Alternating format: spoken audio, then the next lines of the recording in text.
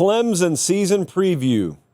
This has such big I told you so potential on it. This season with Dabo Swinney, they're number one in returning production.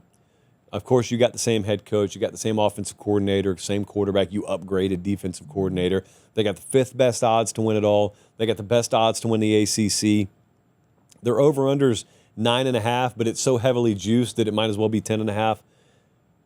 If they win the national title, it would be the biggest I told you so. From a guy in Dabo Swinney who was listening to the whole world telling him he needed to change. I told him that too, and he really didn't. And if they win it all, you cannot type "I told you so" in big enough font to fit what it will be like. So what are the questions? What's standing between them and that? Well, the defense. So the pieces look good. But they were 49th in points per game allowed last year, 69th in yards per game allowed, 85th in rush yards per game allowed. Louisville ran it for over 200 against them in their backyard, 3 touchdowns. That's not it. That's not it. And it should be better. And they upgrade, I think, defensive coordinator, and they should upgrade their production level. The personnel they have, if they're healthy, should not be allowing that to happen. That's a non-starter at Clemson. So that's the first thing. The second thing is, can they avoid that injury? Because it's nice when you got 21 underclassmen who played 200-plus snaps last year. That's wonderful. That's the Clemson way. They get their guys in there, they invest in their guys, and they play them so that, come junior year, come senior year, you're really experienced. They led FBS in that category last year. Underclassmen playing snaps that returned this year. However, their second line guys, I think, are much bigger questions than some of the other contenders out there. Now, if you stay healthy, that's a moot point. Are you going to stay healthy? That's the question. And number 3, is this still a big game team? Sounds disrespectful. It's just a question.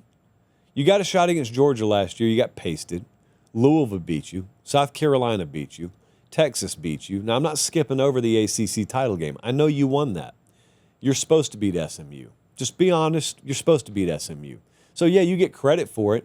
But to win it all this year, you're going to have to go through the likes of LSU. I think at Georgia Tech is going to be tough. You got SMU. You go to Louisville. You go to South Carolina. But you may face Miami. But even if you go through all that, you got to beat 3 of the big boys in the playoff to win this thing. And you did not do that last year.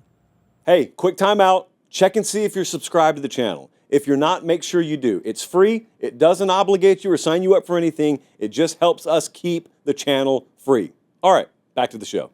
Last year's not always a perfect indicator of what this year will be. So that's why it's a question. That's a big question. The best position group on this team's quarterback. Don't overthink the room on this. This is Cade Klubnik's year. He made massive quantum improvement from 2 years ago to last year. Even if he just plays at the same level he did last year, I'd accept that right now. If you told me I can get another 36 touchdowns to 6 INT type season, I'll take that if I can run the ball. Maffa's gone, and so I got to be able to run the ball. I hope that they're balanced enough to where Cade Klubnik's not being counted on to bail them out in games. They got the situation they wanted when they recruited him.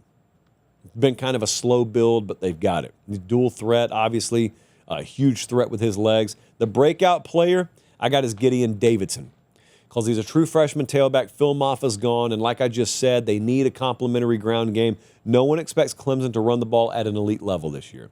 They got to run the ball at an adequate level, and that is a pretty it may be their biggest question, honestly. Maybe one of the biggest questions there. The schedule, it's weird. They got the second toughest in the ACC. They got 24th toughest nationally. They better come out hot. That's the point that I want to hammer home. Because they have 2 very losable games in the first 3 weeks. The game against LSU, everyone will buy as losable. Not enough people will buy that trip to Georgia Tech as losable. It very much is. Very much is.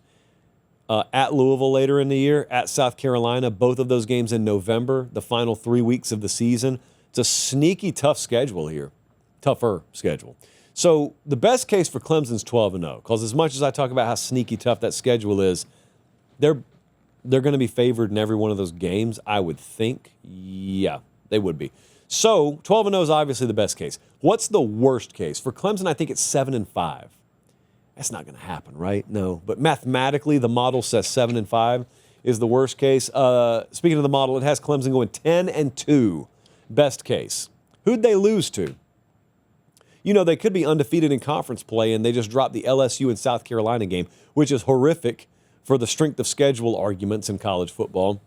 Or maybe they lost 2 conference games, and they went 10-2, but the losses are to like Louisville and SMU, and they're not in Charlotte. Are they in the playoff? I don't know.